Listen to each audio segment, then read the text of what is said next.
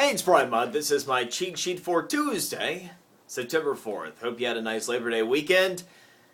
It was a decent weekend coming out of the Republican National Convention. Maybe, rather than the Romney bounce, you're getting the Republican bounce generally. The reason I say that? New information out of Rasmussen shows that it's the single best time on record for the Republican Party.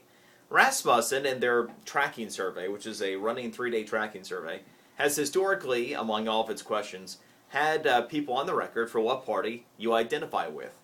The all-time high for Democrats was Democrats plus nearly 9 points over Republicans. That was right around the time of the election 4 years ago.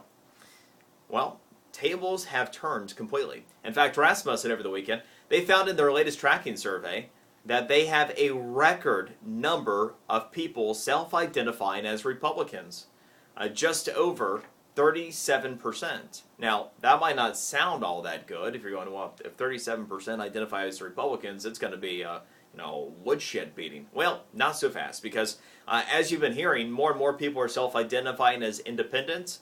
Let me give you the breakdown. Republicans, just over 37%, to Democrats at 33%.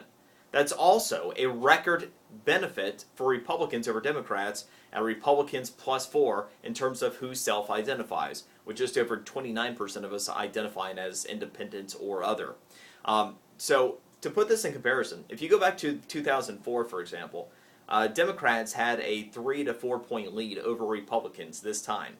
So if this means anything as we get closer to Election Day, it could mean not only a big win for Romney, but it could mean big win down ticket for Republicans generally, as whether we like the brand or not, obviously people are buying what Republicans are selling in a bigger way than they have previously on record with Rasmussen.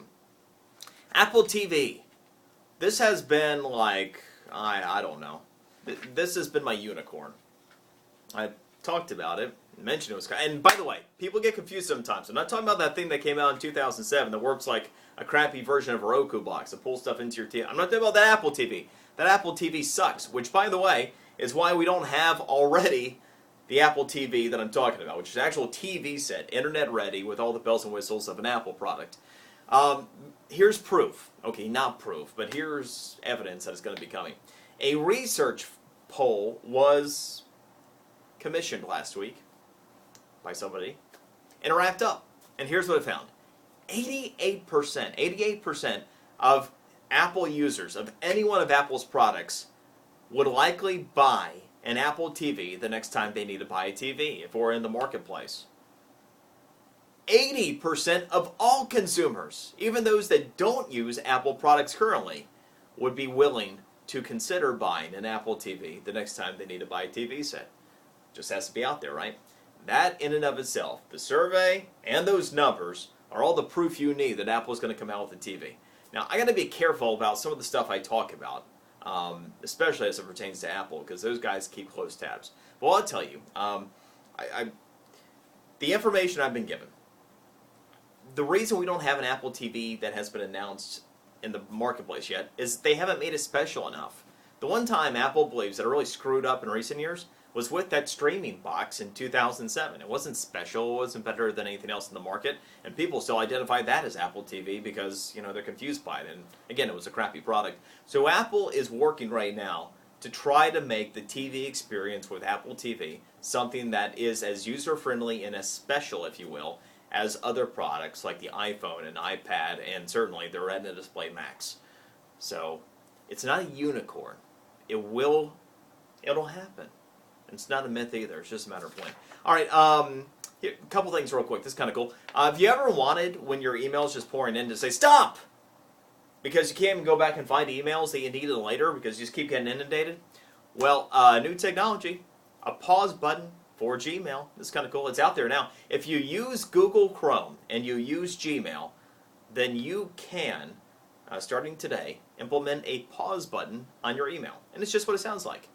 If you put the pause button on, it'll stop receiving email right where you paused it.